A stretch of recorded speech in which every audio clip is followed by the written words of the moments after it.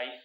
So, ఈ మధ్య కాలంలో మనం చిన్న పిల్లల్లో చూస్తా ఉన్నాం. సీజనల్ వ్యాధులు కావచ్చు, అనేక డిసీజ్‌లతో బాధపడతా ఉన్నారు. చాలా మందికి చాలా ఎర్లీ ఏజ్‌లో వస్తున్నటువంటి అనేక రోగాలకు సంబంధించి మనతో మాట్లాడేందుకు డాక్టర్ అమరేందర్ గారు ఉన్నారు.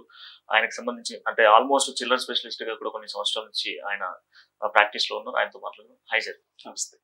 సార్ మేజర్‌గా ఇది రైనీ సీజన్‌లో ఎక్కువ కూడా మనకు సీజనల్ వ్యాధులు అనేది చిన్న పిల్లలకి ఎక్కువ సోకుతూ ఉంటాయి. అయితే ప్రధానంగా ఏ వ్యాధులు వస్తూ ఉంటాయి? ఈ సీజనల్‌కి సంబంధించి ఎలాంటి టేక్ కేర్స్ తీసుకోవాలి వాళ్ళు?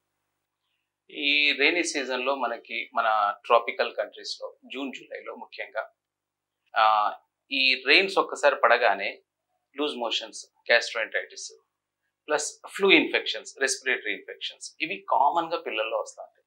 అంటే ఇవి అంతకుముందు వాతావరణంలో ఉండవా అంటే ఉంటాయి. ఈ వైరస్ మోస్ట్లీ వైరస్ వల్లనే వస్తూ ఉంటాయి. ఈ వైరస్లు వాతావరణంలో అంతకుముందు కూడా ఉంటాయి. కానీ ఈ రైనీ సీజన్ వచ్చేసరికి వాతావరణంలో పెరిగిన తేమ వల్ల ఈ వైరస్ అనేది స్ప్రెడ్ అవ్వడానికి దానికి ఒక స్కోప్ దొరుకుతుంది. ఎండాకాలంలో అది ఎక్కువ ట్రావెల్ చేయలేదు, ఆ భూమి లోపలికి వెళ్ళిపోతుంది. కానీ ఈ రైనీ సీజన్లో ఈ తేమ వల్ల దాని వెయిట్ పెరుగుతుంది. దానికి వైరస్ చుట్టూ ఒక తేమలాగా వచ్చి వెయిట్ పెరిగి అది ట్రావెల్ చేస్తూ ఉంటుంది. ట్రావెల్ చేసి ఒకరికొకరు ట్రాన్స్మిషన్ ఎక్కువ అవుతూ ఉంటుంది. దానివల్ల మనకి పిల్లల్లో ఈ టైంలో ముఖ్యంగా జలుబు, దానివల్ల వచ్చే శ్వాసకోశ వ్యాధులు, అంతకుముందు ఇంకేమన్నా ప్రాబ్లమ్స్ ఉన్న పిల్లలు ఉంటే వాళ్ళు ఇంకా ఎక్కువ సివియారిటీ పెరగడం కానీ, ప్లస్ టాన్సిల్స్ ఇన్ఫెక్షన్ కానీ, మమ్స్ ఇన్ఫెక్షన్ కానీ, గదవిల్లలు అంటాం ఆ ఇన్ఫెక్షన్స్ కానీ, లేదా లూజ్ మోషన్స్ కానీ ఇప్పుడు మనం వింటా ఉన్నాం బాగా. నోవా వైరస్ అని ఒకటి వచ్చింది కొత్తగా. ఇంతకుముందు ఉంది, బట్ ఈ మధ్య అది ఇంకా ఫ్లేర్ అప్ అయింది. బేసికల్ ఈ వైరస్ కానీ, ఇవన్నీ రోటా వైరస్ కానీ, ఈ వైరల్ ఇన్ఫెక్షన్స్ వల్ల లూజ్ మోషన్స్ ఇవన్నీ రావడం కూడా ఎక్కువ జరుగుతూ ఉంటుంది. సో ఇప్పుడు ఈ వ్యాధులకు సంబంధించి సీజనల్ వ్యాధులు కొంత వాటి దగ్గర నుంచి దూరం ఉండాలి, లేదంటే మా పిల్లలకు రాకుండా చూసుకోవాలి. సో అట్లాంటప్పుడు పేరెంట్స్ ఎట్లాంటి జాగ్రత్తలు తీసుకుంటూ పెట్టారు? ముఖ్యంగా ఈ వైరస్ అయితే ఈ సీజన్ లో ఫ్లేర్ అప్ అవుతుంది. అందుకే ఇది వ్యాధుల కాలం అంటాం. వర్షాకాలం అనేది వ్యాధుల కాలం. ఇంతకుముందు కలరా, టైఫాయిడ్ కూడా వచ్చేది బాగా ఎక్కువ. ఇప్పుడు వైరల్ డిజీజ్ ఎక్కువ వస్తున్నాయి. ముఖ్యంగా ఏంటంటే కొత్త నీరు కూడా వస్తూ ఉంటుంది. ఇప్పుడు వాతావరణం ఒక ఫ్యాక్టర్ అని చెప్పాను నేను ఇంతకుముందు. ప్లస్ నీరు కూడా కొత్త నీరు వస్తుంది, కలుషితమైన నీరు. అంటే అన్ని ప్లేసెస్ లోంచి అది డ్రైన్ అయిపోయి మనకు చెరువుల్లో, కుంటల్లో కానీ, వాటిల్లో మన త్రాగునీరులో కానీ ఇవన్నీ కలవడం జరుగుతుంది. దానివల్ల ఆ కంటామినేషన్, ఆ వైరస్ అనేది మనం త్రాగే నీళ్ళలో కానీ, మనం తినే ఆహారంలో కానీ వస్తుంది. ముఖ్యంగా మనం గమనిస్తే ఈ సీజన్లో దోమలు, ఈగలు కూడా ఎక్కువ పెరుగుతాయి. మన పాతకాలంలో అనేవాళ్ళు ఇది ఈగల కాలం, దోమల కాలం అనేవాళ్ళు. సో ఈగలు, దోమలు కూడా అంటే ఆ గుడ్లు ఈ వాతావరణానికి పరిపక్వత చెంది అయి హ్యాచ్ అయ్యి అందులోంచి అన్ని పిల్లలు బయటకు వచ్చి మొత్తం స్ప్రెడ్ అయిపోతూ ఉంటాయి. సో ఈగల వల్ల మనకి ఏమొస్తుంది? ఫుడ్ కంటామినేషన్ వస్తుంది, వాటర్ కంటామినేషన్ వస్తుంది. సో ముఖ్యంగా మనం జాగ్రత్తలు అనే విషయానికి వస్తే first thing is hand washing. ఎంత హ్యాండ్ వాష్ చేసుకుంటే అంత మంచిది, ఎన్నిసార్లు హ్యాండ్ వాష్ చేసుకుంటే అంత మంచిది. కరోనా టైంలో మనం వాడినటువంటి శానిటైజర్ అవి కూడా 90% ఆఫ్ ద ఇన్ఫెక్షన్స్ మనం కంట్రోల్ చేయడానికి దోహదపడుతుంది. అదేవిధంగా మనం బయటికి వెళ్ళి వచ్చినా కానీ, ముఖ్యంగా ఒక హ్యాండ్ షేకింగ్ చేసినా కానీ, ఒక 10 మందిని కలిసినా కానీ ఈ సీజన్లో ఖచ్చితంగా హ్యాండ్ వాష్ చేసుకోవాలి. Hand wash for 20 seconds. And చాలా మంది హ్యాండ్ వాషింగ్లో ఒక చిన్న మిస్టేక్ చేస్తూ ఉంటారు. హ్యాండ్ వాష్ చేసుకొని వదిలేస్తారు. Hand wash and then dry your hands. Hand drying చేసుకోవాలి, ఇది ఒకటి. ఇంకోటి ఏంటి, మన రెస్పిరేటరీ ఇన్ఫెక్షన్, శ్వాసకోశ సంబంధించిన వ్యాధులు స్ప్రెడ్ అవ్వకుండా ఉండాలంటే మనం ముక్కుకు తుమ్మినప్పుడు కానీ, దగ్గినప్పుడు కానీ బట్ట పెట్టుకోవడం కానీ, అట్లీస్ట్ ఇంకా మంచిదైతే మాస్క్ ధరించడం కానీ ఈ సీజన్లో ఇది చేసినా కూడా, అంటే 10 మందిలో వెళ్ళినప్పుడు జనాలు, కరోనా ఒక్కదానికి మాస్క్ ఆపుతుందని కాదు కదా, మిగతా వైరస్ కూడా మనకి ఇప్పుడు ఫ్లూ వైరస్ ఉంది. ఇప్పుడు ఫ్లూ వైరస్ బాగా కామన్గా వస్తూ ఉంటుంది. సో ఈ వైరస్ ఇవన్నీ కూడా మనకి మాస్క్ పెట్టుకొని కొంచెం డిస్టెన్స్ మెయింటైన్ చేసి, social distancing, hand sanitising and safe drinking water. Drinking వాటర్ని మనం బాయిల్ చేసుకొని తాగితే ఇంకా మంచిది, మిగతా సోర్సెస్లో అయినా సరే. So wherever you drink water, ఆ సందర్భంలో మనం సేఫ్ డ్రింకింగ్ వాటర్ ఒకటి చూసుకోవాలి. ప్లస్ ఇంకొకటి ఏంటంటే ఫుడ్ కూడా హాట్ ఫుడ్, వేడి అన్నం తినడం, మనము స్టోర్డ్ ఫుడ్ కానీ అలాంటి రెఫ్రిజిరేటెడ్ ఫుడ్ కానీ తినకుండా ఎప్పటికప్పుడు వండుకొని తింటే, ఈ మినిమం జాగ్రత్తలు పాటిస్తే 90% ఆఫ్ ఇన్ఫెక్షన్స్ పిల్లల్లో కానీ పెద్దల్లో కానీ మనం నివారించవచ్చు. సో ఇప్పుడు రైనీ సీజన్ లో కొంత లీఫ్ కర్రీస్ ఏవైతే ఆకుకూరలు ఉంటాయి కదా అవి కూడా ఎక్కువగా వస్తూ ఉంటాయి. సో వాటిని కూడా చాలా వరకు పిల్లలు అంటే పిల్లల తల్లిదండ్రులు ఉంటారు కదా, సో బాలింతలు అయినందుకు వాళ్ళకి ఆకుకూరలు పెడతా ఉంటారు, సో బాయిల్డ్ ఎగ్స్ పెడతా ఉంటారు. సో ఆకుకూరలు తినొద్దు అని కూడా కొందరు చెప్తా ఉంటారు. డాక్టర్స్ ఎక్కువ మాత్రము ఆకుకూరలు తినాలి అని చెప్పేసి, బట్ ఈ రైనీ సీజన్ లో తినొద్దు అని అంటారు. సో ఇట్లాంటి సీజన్ లో వాళ్ళు తినొచ్చా తినకూడదు? అంటే తినొచ్చు, తినాలి కూడా. ఆకుకూరలు ఏ సీజన్ లో అయినా తినొచ్చు.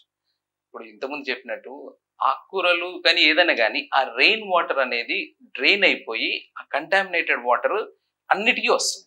ఇప్పుడు మనం తాగునీరులోనే కాదు, ఈవెన్ ఆ ఆకుకూరలు పండించే స్థలాల్లో కూడా వాటిలో కూడా వాటర్ అనేది బయట నుంచి ఊర్లోంచి డ్రైన్ అయ్యి వస్తుంది. ఆ మలమూత్రాలు కానీ ఏమైనా ఇన్ఫెక్షన్ మెటీరియల్ కానీ ఉన్నాయి ఆ పంటల పొలాల్లో కూడా డ్రైన్ అవుతుంటుంది. సో డ్రైన్ అయ్యి వాటికి కంటామినేట్ అవుతాయి. సో మంచిగా వాష్ చేసుకొని ఆకుకూరల్ని మంచిగా బాయిల్ చేసుకొని ప్రాపర్లీ కుక్ చేసుకొని తింటే ఏ ఇబ్బంది లేదు. Only thing is you need to wash it, clean it properly and cook it properly, then eat it. తినడానికి ఏమి రెస్ట్రిక్షన్ అయితే ఏమి లేదు, ఇది పాటించాలి. సార్ ఈ రైనీ సీజన్ లో చికెన్ అవాయిడ్ చేయాలి అని చెప్పేసి కొందరు చెప్తా ఉంటారు. అంటే ఈ పిల్లలకి సంబంధించి కొంత హీట్ కి సంబంధించిన ఎఫెక్ట్స్ వస్తాయి రైనీ సీజన్ లో, చికెన్ అవాయిడ్ చేయాలి అంటారు. అలాంటిది ఏమీ లేదు.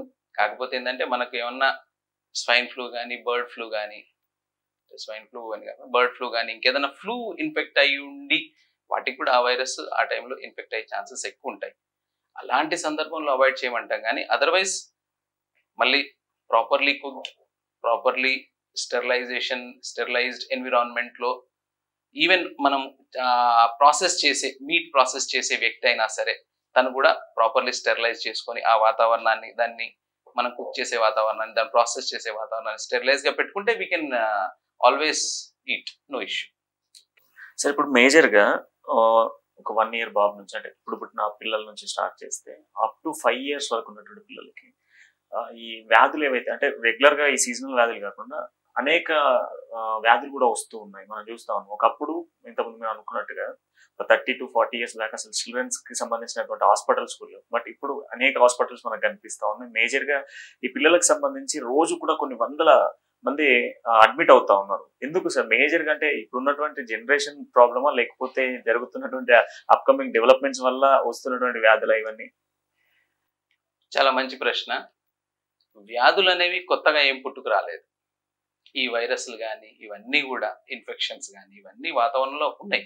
కానీ మారుతున్న పరిస్థితులకు అనుగుణంగా మన జీవన విధానం అనేది మారిపోయింది. దానివల్ల మనం ఆ వైరస్కి ఇంతకుముందు ఎక్స్పోజ్ అయినా కూడా ఇంత సివియర్ ఇన్ఫెక్షన్ వచ్చిండేది కాదు. అప్పుడు కూడా ఎక్స్పోజ్ అయ్యారు ఇదే వైరస్కి. అప్పుడు బ్యాక్టీరియల్ ఇన్ఫెక్షన్స్ ఎక్కువ ఉండేవి. ట్యూబర్క్లోసిస్ కానీ, నిమోనియాస్ కానీ, బ్యాక్టీరియల్ నిమోనియాస్ కానీ ఇవి ఎక్కువ ఉండేవి. అప్పట్లో లూజ్ మోషన్స్ కూడా అప్పట్లో ఉండేవి, బాగా ఉండేవి. ఇప్పుడు బాగా తగ్గిపోయింది లూజ్ మోషన్స్. ఎందుకంటే మనం శానిటైజేషన్ కానీ సేఫ్ ఎన్విరాన్మెంట్స్. కానీ ఇప్పుడు ఇన్ఫెక్షన్స్ డిసీజెస్ తగ్గిపోయి అలర్జిక్ డిసీజెస్ పెరిగాయి, ప్లస్ వైరల్ ఇన్ఫెక్షన్స్ పెరిగాయి. బ్యాక్టీరియల్ ఇన్ఫెక్షన్స్ కన్నా ఒక స్టాటిస్టిక్స్ తీసుకుంటే మనకి వైరల్ ఇన్ఫెక్షన్స్ పెరిగాయి. ఎందుకంటే ముఖ్యంగా మనం వ్యాక్సినేషన్ ఇస్తున్నాం. వ్యాక్సినేషన్ వల్ల చాలా వ్యాధుల్ని మనం అరికట్టగలుగుతున్నాం, నిరోధించగలుగుతున్నాం, కొన్నిటినైతే నిర్మూలించగలిగాం కూడా. పోలియో లాంటివి, పోలియో కానీ స్మాల్ పాక్స్ కానీ ఇవన్నీ ఆల్మోస్ట్ నిర్మూలించగలిగాం కూడా. కానీ అయినా సరే ఇప్పుడు మీరు అన్నట్టు పిల్లలు ఎక్కువ మంది ఎక్కువ హాస్పిటల్స్ లో కనిపిస్తున్నారు, ఎక్కువ పిల్లల హాస్పిటల్స్ కనిపిస్తున్నాయని 2 child నార్మ్ వచ్చేసింది. 2 child నార్మ్ వచ్చిన తర్వాత ఇంకోటి ఏంటంటే కమ్యూనిటీ లివింగ్ ఎక్కువైపోయింది. కమ్యూనిటీ లివింగ్ అంటే మనం ఇంతకుముందు ఎక్కువ మంది పిల్లలు స్కూల్కి వెళ్ళడం కానీ, ఎక్కువ మంది పిల్లలు క్లోజ్డ్ ఎన్విరాన్మెంట్ లో ఉండడం కానీ జరిగేది కాదు. స్కూల్ అనేది ఓపెన్ ప్లేస్ లో ఉండేది. పిల్లలు ఆడుకోవడం అనేది ఓపెన్ ప్లేస్ లో ఆడుకునేవాళ్ళు. ఇప్పుడు ఆడుకున్న క్లోజ్డ్ ప్లేసెస్ లో, స్కూల్ అయినా క్లోజ్డ్ ప్లేసెస్ లో. సో ఒక్క పిల్లోడికి ఇన్ఫెక్షన్ వస్తే మిగతా పిల్లలందరికీ స్ప్రెడ్ అవ్వడం అనేది చాలా కామన్ అయిపోయింది. సో కమ్యూనిటీ అక్వైర్డ్ ఇన్ఫెక్షన్స్ ఏవైతే ఉన్నాయో, కమ్యూనిటీ అక్వైర్డ్ అంటే మనం సమాజంలో మనం మూవ్ అవుతుంటే మనకు వచ్చేటి, ఒకరికి రావడం వల్ల మిగతా స్ప్రెడ్డింగ్ అనేది చాలా ఈజీ అయిపోయింది. క్లోజ్డ్ ఎన్విరాన్మెంట్స్ లో బతుకుతున్నాం మనం. సో ముఖ్యంగా నేను చెప్పేది దీనికి ఏంటంటే సన్లైట్ ఎక్స్పోజర్ అనేది ఉండాలి. ఓపెన్ గ్రౌండ్స్ లో ఆడుకోవాలి. స్కూల్స్ లో ఓపెన్ గ్రౌండ్స్ ఉండాలి. స్కూల్స్ లో కూడా మంచి వెంటిలేషన్ ఉండాలి. ఇళ్లలో కూడా మంచి వెంటిలేషన్ ఉండాలి. ప్లస్ ఇళ్లలో కూడా ఎన్విరాన్మెంట్ దుమ్ము ధూళి లేకుండా, మనకు అలర్జీస్ అనేవి రాకుండా ఉండేందుకు మనం సాధ్యమైనన్ని ప్రికాషన్స్ తీసుకోవాలి. ఇవన్నీ చేస్తే పిల్లల్లో ఇన్ఫెక్షన్స్ బాగా తగ్గుతాయి. సరే, ఇంకొక మేజర్ ఇష్యూ ఏంటంటే ఈ చిన్నపిల్లలకి అంటే ఆల్మోస్ట్ ఇప్పుడు 3-4 years కి స్కూల్లో జాయిన్ చేస్తా ఉన్నారు, లేదంటే 2.5-3 years మధ్యలో ప్లే స్కూల్ అని చెప్పేసి జాయిన్ చేస్తా ఉన్నారు. సో ప్లే స్కూల్ అయిపోయి స్కూల్ నర్సరీ, యూకేజీ, ఎల్కేజీకి వచ్చేటప్పటికి ఇప్పుడు నేను పెట్టుకున్న స్పెటికల్స్ లాంటి చిన్నపిల్లలు ఎక్కువ కనిపిస్తూ ఉన్నాయి. సో ఏదైనా ఒక స్కూల్కి వెళ్తే, కొంత ఇంటర్నేషనల్ స్కూల్స్ లాంటికి వెళ్తే ఆల్మోస్ట్ అందులో ఉన్న 100 of childrensలో 90% చిల్డ్రన్స్కి సైట్ కనిపిస్తూ ఉంది, స్పెట్స్ పెడతా ఉంది. సో ఈ ఐ ఎఫెక్ట్ అనేది ఎందుకు వస్తుంది, ఇంత ఎర్లీ ఏజ్లో ఎందుకు వస్తుంది? మేజర్గా ఒక 20-40 years తర్వాత వచ్చేటువంటి ఈ ఐ ఎఫెక్ట్స్ సంబంధించి ఇంత ఎర్లీ ఏజ్లో ఎందుకు వస్తుంది పిల్లలకి? ముఖ్యంగా దీనికి 2-3 factors. First thing is diet. ఇప్పుడు మనం తీసుకునే డైట్లో ఒకప్పుడు that was nutritious rich diet ఉండేది. ఇప్పుడు క్యాలరీ రిచ్ డైట్ వాడుతున్నాం మనం. పిల్లలు మనం వాడేది క్యాలరీ డెన్స్ ఫుడ్ ఉంది తప్ప న్యూట్రిషియస్ రిచ్ ఫుడ్ అనేది ఎంత ఉందనేది మనం ఒకసారి ప్రశ్నించుకుంటే మనకు కొన్ని సర్వేస్ ఏం చెప్తున్నాయంటే 40-60% న్యూట్రిషన్ వాల్యూ అదే వంకాయ, అదే బెండకాయ, అదే ఆకుకూరలో 40-60% న్యూట్రిషన్ వాల్యూస్ తగ్గిపోయి ఈరోజు. ఎందుకంటే భూసారం తగ్గిపోయింది. అలాంటి ఫుడ్ మీరు ఎంత ఎక్కువ తీసుకున్నా కానీ మీకు విటమిన్స్ కానీ అవన్నీ రావు. దానివల్ల మనకు ఐసైట్ ఎఫెక్ట్ అవ్వడం కానీ, స్కిన్ ప్రాబ్లమ్స్ రావడం కానీ, గ్రోత్ ప్రాబ్లమ్స్ రావడం కానీ ఇవన్నీ కూడా జరుగుతూ ఉంటాయి. First thing is the quality of diet, not quantity of diet. Second thing is నేను ముఖ్యంగా చెప్పేది చాలా వాటికి సొల్యూషన్ మన సన్లైట్ ఎక్స్పోజర్. సన్లైట్ ఎక్స్పోజర్ ప్రాపర్గా ఉంటే పిల్లలకి at least minimum 1/2 hour to 40 minutes of slanting sunlight అంటాం, not straight sunlight, slanting sunlight లో ఎక్స్పోజ్ చేస్తే పిల్లలకి అందరికీ ఇర్రెస్పెక్టివ్ ఆఫ్ ఏజ్ అందరికీ ఎక్స్పోజ్ చేస్తే అలా ఇమ్యూనిటీ డెవలప్ అవుతుంది, చాలా ప్రాబ్లమ్స్ కూడా తగ్గుతాయి. మీరు అన్నారు ఇప్పుడు ఈ ఐసైట్ అనేది ఎక్కువ వస్తుంది, అద్దాలు ఎక్కువ చూస్తారు, అవేర్నెస్ కూడా పెరిగింది. ఇంతకుముందు వాళ్ళని పట్టించుకునే వాళ్ళు కాదేమో, లేకపోతే అంత ఎక్స్ప్రెసివ్గా ఉండేవాళ్ళేమో, అంత కాన్సన్ట్రేట్ చేసి ఉండేవాళ్ళు కాదేమో. వాళ్ళు ఒక అంటే ఐసైట్ స్టేజ్ పెరిగిన తర్వాత అప్పుడు కానీ గుర్తించే వాళ్ళు కాదేమో. ప్లస్ ఇంకోటి ఏంటి, ఇప్పుడు మనము మైక్రో వ్యూయింగ్ ఎక్కువైపోయింది మనకి. ఒక టీవీ చూడడం కానీ దూరం నుంచి, వాడు వెళ్ళి దగ్గర నుంచి టీవీ చూసేవాడు. ఇంతకుముందు టీవీ, కలర్ టీవీ కానీ ఏదైనా ప్రతి ఇంట్లో ఉండేది కాదు. చూస్తే మనం ఇప్పుడు గుర్తుపడుతున్నాం, తొందరగా రికగ్నైజ్ చేస్తున్నాం. స్కూల్లో కానీ ఇప్పుడు స్కూల్కి వెళ్ళినప్పుడు వాడు టీచర్ బోర్డు మీద రాసిన అక్షరాలు కానీ ఫాలో కాలేకపోతే, ఆ బొమ్మలు కానీ ఫాలో కాలేకపోతే ఏంటి అంటే వాడు దగ్గరకు వచ్చి చూడడం కానీ ఇవన్నీ చూసినప్పుడు మనం అంటే రికగ్నిషన్ కూడా ఎర్లీ రికగ్నిషన్ చేయగలుగుతున్నాం, దానికి ట్రీట్ కూడా చేయాలి. ఇంతకుముందు అంత ఫెసిలిటీ, అంత యాక్సెసిబిలిటీ ఉండుండేది కాదు. అది కూడా ఒక కారణం. సార్, ఇప్పుడు ఈ ఎదుగుదల లోపం కూడా అంటే అప్పట్లో ఉంది, ఇప్పుడు కూడా కనిపిస్తుంది కదా. అంటే తీసుకునేటువంటి ఫుడ్ వల్లనేనా ఇదంతా ఎఫెక్ట్, ఎదుగుదల అనేది తొందరగా రాకపోవడం? ఎదుగుదల అనేది ఆహారం ఒకటి, జెనెటిక్ ఒకటి ఉంటుంది. మన తల్లిదండ్రుల నుంచి మనకు వచ్చిన జీన్స్ జెనెటిక్ ఒకటి ఉంటుంది, మనం తీసుకునే ఆహారం ఒకటి ఉంటుంది, మనం పెరుగుతున్న వాతావరణం ఒకటి ఉంటుంది. ఈ వాతావరణంలోకి వచ్చేసరికి మన సైకలాజికల్ ఇంపాక్ట్ ఆన్ యూ అనేది కూడా ఉంటుంది.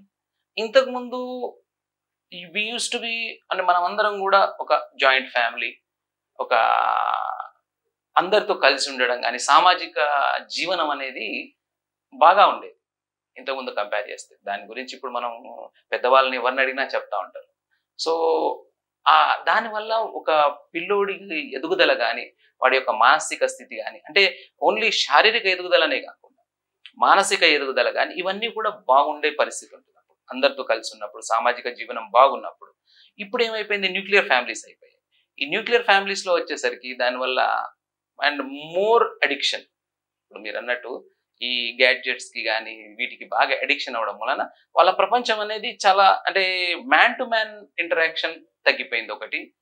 ప్లస్ మన భయాలు కానీ ఇప్పుడున్న తల్లిదండ్రులకు ఉన్న భయాలు కానీ, apprehensions, high educated or high socioeconomic or upper middle క్లాస్లో ఉండే ఆ భయాల మూలాన వేరే పిల్లలతో కలవనీయకపోవడం కానీ, వేరే పిల్లలతో కలిసి ఆడుకోలేకపోవడం కానీ, దీనివల్ల కూడా మీకు శారీరక మానసిక ఎదుగుదల అనేది చాలా ఇబ్బందికరంగా మారింది పిల్లల్లో. ఈ ట్రెండ్ అయితే మనం చూస్తున్నాం. ఇప్పుడు దానివల్ల చాలా సమస్యలు వస్తున్నాయి. ఆటిజం కానీ, ADHD అనే ప్రాబ్లమ్స్ కానీ, అంటే attention deficit hyper active disorder కానీ, ప్లస్ ఇంపల్సివ్ బిహేవియర్స్ కానీ ఇవన్నీ పిల్లల్లో కూడా ఇంత ముందు కన్నా చాలా ఎక్కువగా గమనిస్తున్నాం. సరే, ఇప్పుడు పుట్టేటువంటి పిల్లలకు సంబంధించి చాలా వరకు మనం చూస్తూ ఉన్నాం, మీరు కూడా చిల్డ్రన్స్ డాక్టర్లోను మీ దగ్గర కూడా చాలా ఇష్యూస్ వస్తుంటాయి. సో హార్ట్లో హోల్తో పుట్టేటువంటి వాళ్ళ సంఖ్య కూడా పెరుగుతుంది. ఆల్మోస్ట్ చాలా సందర్భాల్లో మనం చూస్తున్నాం, రోజుకి ఒక 100 మంది అంటే బోర్న్ అవుతుంటే దాంట్లో ఆల్మోస్ట్ 10 to 20 చిల్డ్రన్స్లలో ఈ హార్ట్ 1 to 2%. సో ఆల్మోస్ట్ ఈ హోల్ తో వచ్చేటువంటి పిల్లల సంఖ్య పెరుగుతుంది. అంటే మేజర్ ఏంటి సార్ అంటే ఈ ఒక తిరుగుతున్నటువంటి వాతావరణం, లేదంటే పేరెంట్స్ దగ్గర ఉన్నటువంటి ఏదైనా వాళ్ళకి ఇంటర్నల్ గా ఉన్నటువంటి వ్యాధుల వల్ల, లేకపోతే దానికి ఏంటి సొల్యూషన్ ఏంటి అసలు? ముఖ్యంగా ఈ హార్ట్ లో హోల్స్ అనేవి మనం ఈ ఒక 10-20 సంవత్సరాల నుంచి కొంచెం ఎక్కువగా చూస్తున్నాం, ఎక్కువ మంది పుల్లల్లో గమనిస్తున్నాం అనేది ఒక మాట వాస్తవమే. కాకపోతే దీనికి ముఖ్య కారణం ఏంటంటే టెక్నాలజీ పెరగడం. ఇంతకుముందు ఆ పిల్లలు ఉండేవి, ఇంతకుముందు కూడా ఈ హార్ట్ లో హోల్స్ ప్రాబ్లమ్స్ అనేవి ఉండేవి. కాకపోతే మనం జెనెటికల్లీ, ఇంకా చెప్పాలంటే మేనరికాల్లో కానీ దగ్గర సంబంధాల్లో పెళ్లి చేసుకునే వాళ్ళలో ఇంతకుముందు బాగా ఎక్కువ ఉండేది ఈ ప్రాబ్లం. వాళ్ళలో బుద్ధిమాంద్యంతో ఉన్న పిల్లలు కానీ, లేకపోతే అంగవైకల్యంతో ఉన్న పిల్లలు కానీ, లేకపోతే ఈ హార్ట్ లో ఇంటర్నల్ ఆర్గాన్స్ ప్రాబ్లం, ఇప్పుడు ఎక్స్టర్నల్ గా మనకు కనిపించేవి మనం అన్నాను, ఇంటర్నల్ ఆర్గాన్స్ లో ప్రాబ్లం కానీ ఇవన్నీ కూడా అప్పట్లో ఎక్కువనే ఉండేది యాక్చువల్లీ. కానీ అప్పుడు ఆ పిల్లలు అంటే డెలివరీ 9 months వరకు క్యారీ అయిపోయి వాళ్ళు డెలివరీ అవ్వడం అనేది, ఆ ఫెసిలిటీస్ అనేవి లేక చాలా వరకు నేచరే ప్రకృతే అవాయిడ్ చేసేది. ఇప్పుడు మనము క్యారీ చేయగలిగి వాళ్ళని ఆ ప్రెగ్నెన్సీని క్యారీ చేయగలిగే ఫెసిలిటీస్, టెక్నాలజీస్, ట్రీట్మెంట్ మొడాలిటీస్ పెరగడం మూలాన వాళ్ళు డెలివరీ అవుతున్నారు. డెలివరీ అయిన తర్వాత ఈ డిసీజెస్ తో మనకు మేనిఫెస్టేషన్ గా కనిపిస్తున్నారు ఒకటి. ఇంకొకటి ఏంటంటే ఒకవేళ అప్పుడు కూడా పుట్టి ఉండినా కూడా అప్పుడు హార్ట్ లో హోల్ ఉండి సివియర్ ప్రాబ్లమ్స్ ఉన్న పిల్లలు ఫస్ట్ 1 or 2 years లో చనిపోయేవారు. ఎవరికి తెలిసేది కాదు. ఎందుకు అంటే ఇంకా దాన్ని యాక్సెప్ట్ చేసేవాళ్ళు డిజీజ్ ని. వాళ్ళకున్న ఫెసిలిటీస్ కానీ అప్పుడు అంత ఎక్కువ ఉండేటి కావు. ఈ కమ్యూనికేషన్ కానీ, ట్రాన్స్పోర్టేషన్ కానీ, మెడికల్ ఫెసిలిటీస్ కానీ, టెక్నాలజీస్ కానీ మన ఇండియాలో అయినా సరే లేవు. ఇప్పుడు బాగా పెరిగిపోయాయి. వాళ్ళకి మనం ట్రీట్మెంట్ ఇవ్వగలుగుతున్నాం. సో పుట్టిన పిల్లల్ని మనం సర్వైవ్ చేయించుకొని వాళ్ళకి నార్మల్ లైఫ్ ఇస్తూ వాళ్ళు యాక్టివ్గా, ఫిజికల్లీ యాక్టివ్గా ఉండేటట్టుగా చూడగలిగి మనం వాళ్ళని ఒక అడల్ట్గా, మెచ్యూర్ అడల్ట్గా మనం వాళ్ళని చూడగలుగుతున్నాం. కాబట్టి మనకి ఎక్కువ ఉన్నట్టు అనిపిస్తుంది. కాకపోతే అవి అప్పుడు ఉన్నాయి, ఇప్పుడు ఉన్నాయి. ఫెసిలిటీస్ పెరగడం వలన వాళ్ళ సర్వైవల్ పెరిగింది, టెక్నాలజీ పెరగడం వలన వాళ్ళ క్వాలిటీ ఆఫ్ లైఫ్ కూడా పెరిగింది. సార్ ఇప్పుడు ఎర్లీ ఏజ్ మ్యారేజ్ చేసుకుంటారు కదా చాలా వరకు. అంటే మనం చూస్తా ఉన్నాం కొందరు ఇప్పుడే 15 to 16, 14, 15 years పెళ్లి చేసుకునే వాళ్ళు కూడా కనిపిస్తూ ఉన్నారు కొంత ట్రైబల్ ఏరియాస్ లో, అట్లాంటి ప్రాంతాల్లో. సో వీళ్ళలో కూడా చాలా మంది అంటే మ్యారేజ్ అయిన వెంటనే ప్రెగ్నెన్సీ రావడం, పిల్లల్ని బోన్ చేయడం, వాళ్ళకి ఎర్లీగా కూడా ఇటువంటి డెసిజన్ వచ్చేటువంటి అవకాశాలు కనబడతా ఉన్నాయి. సో దీనికి అంటే కంప్లీట్ గా ఎర్లీ మ్యారేజ్ వల్ల ప్రాబ్లమ్స్ ఇంకెక్కువ వస్తాయి, చాలా వస్తాయి. Immature body gives a immature product. ఆ తల్లి, ఆ అమ్మాయి కానీ తన ఇమ్మెచ్యూర్ ఉండి తనను తాను పూర్తిగా తన బాడీ గురించి, తన గురించి అవగాహన, తన గురించి కేర్ తీసుకోలేని పరిస్థితిలో ఉన్న ఒక మహిళ, ఒక అమ్మాయి తను ఎర్లీ ఏజ్ లో మ్యారేజ్ అయిపోయి ఎర్లీ ప్రెగ్నెన్సీ వస్తే వాళ్ళకు ఖచ్చితంగా ఈ బరువు తక్కువ ఉండే పిల్లలు పుట్టడం అనేది చాలా కామన్ గా ఉంటుంది. ఆ బరువు తక్కువ ఉండే పిల్లలు పుట్టడం వలన వాళ్ళు తర్వాత వాళ్ళ సర్వైవల్, వాళ్ళ యొక్క గ్రోత్ ఇవన్నీ కూడా ఇంపాక్ట్ అయ్యే ఛాన్సెస్ చాలా ఎక్కువ ఉంటాయి. అందుకే mature tree gives a mature good fruit. So immature అనేది అది ప్రకృతిలో ఉన్నదే అది. సో దాన్ని మనం అవాయిడ్ చేయాల్సింది. సో పిల్లలు పుట్టగానే సన్లైట్ కి ఎర్లీ మార్నింగ్ వచ్చేటువంటి సన్లైట్ కి చాలా మంది హాస్పిటల్స్ లో చూపిస్తూ ఉంటారు సన్లైట్ కి. సో మేజర్ గా ఈ సన్లైట్ పిల్లలపై పడకపోవడం వల్ల కూడా ఈ డిసీజ్ వచ్చేటువంటి ఛాన్సెస్. జస్ట్ నేను ఈ విషయాన్ని అంటే వ్యక్తిగతంగా కూడా ప్లస్ చాలా స్టడీస్ ప్రూవ్ చేసినా కూడా మనం ప్రకృతికి ఎంత దూరంగా ఉంటే, ఎంత దూరం వెళ్తా ఉంటే అంత వ్యాధిగ్రస్తులం అవుతాం. ప్రకృతికి మనం ఎంత దగ్గరగా ఉంటే మనం అంత మనలోని వ్యాధి నిరోధక శక్తి పెరుగుతూ ఉంటుంది. మీకు ఒక హైజీన్ హైపోథెసిస్ అని ఒక థియరీ ఉంది, ఇప్పుడు బాగా ప్రాచుర్యం అవుతుంది అది మెడికల్ సైన్స్లో. అంటే మనం చిన్న స్థానంలో పిల్లల్ని కొన్ని ఇన్ఫెక్షన్స్కి, ఈ సన్లైట్ ఎక్స్పోజర్, ఈ వాతావరణాలకి, క్లైమేట్ చేంజెస్కి మనం వాళ్ళని అంటే ఇండోర్స్లోనే పెట్టి ఒకటే ఫిక్స్డ్ ఎన్విరాన్మెంట్లలో పెట్టేస్తే వాళ్ళు ఈ క్లైమేట్ చేంజెస్ కానీ ఈ జరుగుతున్న మార్పులకు అడాప్ట్ కాలేక తర్వాత వాళ్ళు ఎక్కువ అంటే ఓవర్ ప్రొటెక్టివ్ అయిపోయి తర్వాత they become more succumb to infections. వాళ్ళు ఇన్ఫెక్షన్స్ని తట్టుకోలేని పరిస్థితి వస్తుంది. So that is what hygiene hypothesis now says. ఏంటంటే మీరు ఎక్కువ, మరీ ఎక్కువ, అవసరానికన్నా ఎక్కువ ప్రకృతికి దూరంగా ఉండి, మీరు ఎక్కువ నీట్నెస్ అనే ఫ్యాక్టర్లో ఉండి, ఎక్కువ సన్లైట్ కానీ లేదా న్యాచురల్ ఎన్విరాన్మెంట్ కానీ దూరం ఉంటే పెద్దగా అయిన తర్వాత మీకు అలర్జీస్ కానీ, ఈ ఇన్ఫెక్షన్స్ కానీ తొందరగా ఎఫెక్ట్ అవుతారు. ప్లస్ ఆ ఇన్ఫెక్షన్స్ వస్తే మళ్ళీ సీరియస్నెస్ కూడా పెరిగిపోతూ ఉంటుంది. సో కాబట్టి మనం పిల్లల్ని ప్రకృతికి దగ్గరగా సన్లైట్ కానీ ఈవెన్ మన చేంజ్ ఆఫ్ క్లైమేట్స్ కానీ వాళ్ళకి ఎక్స్పోజ్ చేస్తూ ఉండాలి, వాళ్ళని అడాప్ట్ చేస్తూ ఉండాలి. That is what adaptation is.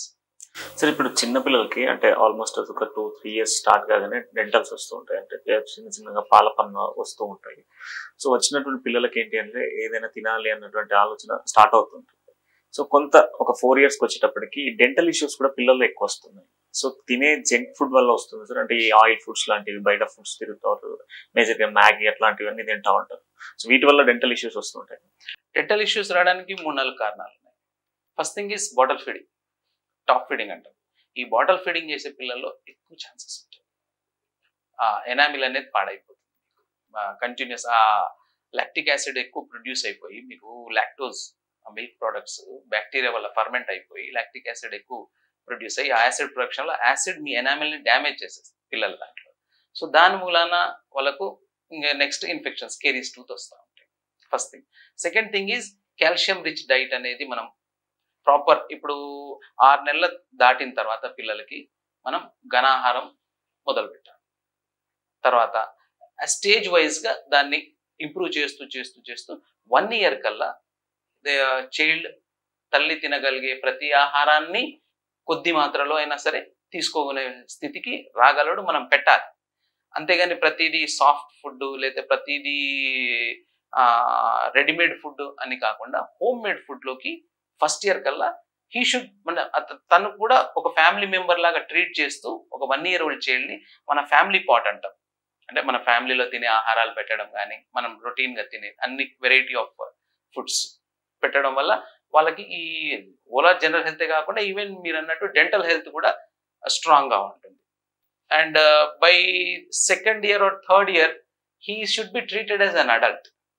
A 3 years old child can eat half of what mother eats. అది నార్మల్ ఫుడ్, మన ఇంటి ఫుడ్. మీరు ఒక మాట అన్నారు, జంక్ ఫుడ్ గురించి ఒక మాట అన్నారు. ఏ జంక్ ఫుడ్ అయినా, ఏ స్టోర్డ్ ఫుడ్ అయినా, ఏ ప్రాసెస్డ్ ఫుడ్ అయినా, ప్రాసెస్ అంటే ప్రాసెస్ చేసేసి దాన్ని హాఫ్ డైజెస్టెడ్ ఫుడ్. మీరు ప్రాసెస్ ఫుడ్ అంటే ఏంటది? Half digested food. మీరు ఒక చిప్ తీసుకున్నారు అనుకోండి, potato, it's half digested food. Ultra heat మీద ప్రాసెస్ చేస్తారు దాన్ని. సో దానివల్ల చాలా టాక్సిన్స్ రిలీజ్ అవుతాయి, దాంట్లో చాలా టాక్సిన్స్ రిలీజ్ అయిపోయి they are harmful to our body. Not only just teeth, complete బాడీని కూడా అవి ఇచ్చేస్తాయి. సో ఈ మ్యాగీ లాంటి స్టోర్డ్, క్యాండ్, ప్రాసెస్డ్ ఫుడ్ ఇవన్నీ కూడా మనం తినడానికి యోగ్యమైనవి కావు. ఇప్పుడు మీకు ఒక చిన్న విషయం చెప్తాను. మన చిప్స్ మీద కానీ, మీకు కూల్ డ్రింక్ బాటిల్లో కానీ, కూల్ డ్రింక్ బాటిల్ మీద కానీ, చిప్స్ మీద కానీ, లేకపోతే ఇంకేదైనా ప్రాసెస్డ్ ఫుడ్ మీద కానీ 3-4 నెలలైనా కూడా బూజు పట్టదు. వేరే బ్యాక్టీరియా కానీ వైరస్ కానీ దాన్ని అటాక్ చేయదు. అంటే అవి తినడానికి ఇష్టపడట్లేదు. దాన్ని మనం గమనించాల్సింది ఏంటంటే ఆ ఫుడ్ని బ్యాక్టీరియా కానీ ఫంగస్ కానీ, అది కూడా ఒక జీవరాశి, అది తినడానికి ఇష్టపడట్లేదు. అది తినడానికి ఇష్టపడని, అది దాన్ని తిరస్కరించిన ఫుడ్ని, ఆహారాన్ని మనం అమృతంలా భావించి పిల్లలకి ఇస్తున్నాం. అంటే నేచర్ ఆల్రెడీ రిజెక్ట్ చేసిన ఫుడ్, అది ప్రకృతి అనేది రిజెక్ట్ చేసిన food. So eat that stinks tomorrow, eat that stinks tomorrow, by tomorrow, రేపటికల్లా పాచిపోవాలి. అలాంటి ఫుడ్ తినాలి. That is the best way to for మనము తినడానికైనా మన పిల్లలకి ఇవ్వడానికైనా మనం అలవాటు చేయాలి. సార్ మేజర్గా ఇప్పుడు చాలా వరకు ఈ ఐస్ క్రీమ్స్ తో పాటు చాక్లెట్స్ కూడా పిల్లలు చాలా ఇంట్రెస్ట్ చూపిస్తూ ఉంటారు, తింటూ ఉంటారు కదా. సో వాటి వల్ల కూడా ఇష్యూస్ వస్తాయి అని చెప్పేసి అంటే పేరెంట్స్ కూడా అంటూ ఉంటారు. బట్ అయినప్పటికీ పిల్లలు అల్లరిదనానికి చాక్లెట్స్ కొనివ్వాల్సింది ఎవరైనా.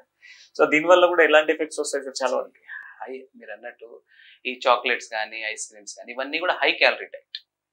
హై క్యాలరీ డైట్ చూడడానికి 100 grams ఉంటుంది, దాంట్లో 500 grams క్యాలరీ, 500 calories ఉంటుంది దాంట్లో. ప్లస్ దాంట్లో కొన్ని న్యూట్రిషన్ వాల్యూస్ ఉంటాయంటే ఏముండవు, టేస్ట్ ఉంటుంది. సో ఇవన్నీ కూడా మనకు అంటే న్యూరల్ కనెక్షన్స్ లో వెళ్తే, న్యూరో ట్రాన్స్మిటర్స్ కానీ, న్యూరల్ హార్మోన్స్ లో they give you satisfaction. Dopamine releasing dopamine ని రిలీజ్ చేస్తాయి బ్రెయిన్ లో.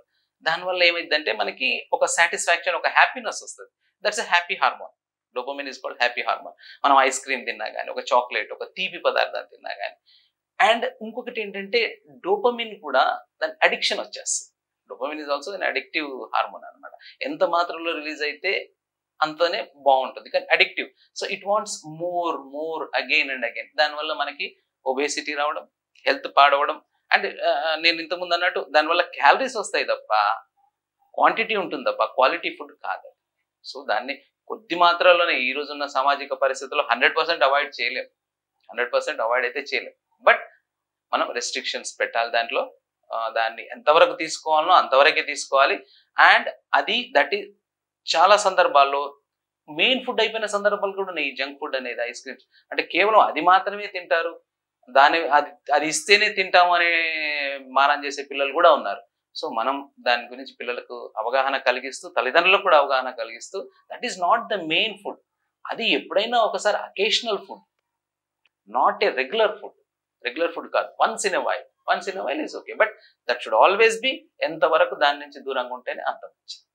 సార్ మీరు యాజ్ ఎ చిల్డ్రన్ స్పెషలిస్ట్ గా ఉన్నారు. సో మేజర్ గా ఇప్పుడు వస్తున్నటువంటి డిసీజ్ గురించి ఒక 2 మేజర్ వస్తున్నటువంటి, అదే ఇంతకుముందు అనుకున్నట్టు ఇప్పుడు మనకి ఈ వర్షాకాలంలో శ్వాసకోశ సంబంధించిన వ్యాధులు పిల్లల్లో ఎక్కువ రావడము, వాళ్ళు ఎక్కువ ఎక్స్పోజ్ అవ్వడము, దానివల్ల ఎక్కువ సఫర్ అవ్వడం జరుగుతూ ఉంటుంది. సో దీనికి ముఖ్యంగా ఏంటంటే మాస్క్ పెట్టుకోవడం, ప్లస్ సోషలైజేషన్ ఉన్నప్పుడు కొంచెం డిస్టెన్స్ మెయింటైన్ చేయడం, ఇది చాలా ముఖ్యంగా చేయాలి. ప్లస్ ఎర్లీ సిమ్టమ్స్ ఉన్నప్పుడు చూయించుకొని దానికి తగ్గ రీతిలో వైద్యం తీసుకుంటే సరిపోతుంది. ప్లస్ ఇంకొకటి ఏంటి, ఇప్పుడు మనకి లూజ్ మోషన్స్ కానీ, వామిటింగ్స్ కానీ, ఈ food contaminated infections, water contaminated infections, plus ఈగల మూలాన ట్రాన్స్మిట్ అయ్యే ఇన్ఫెక్షన్స్ ఇవి ఎక్కువ వస్తున్నాయి.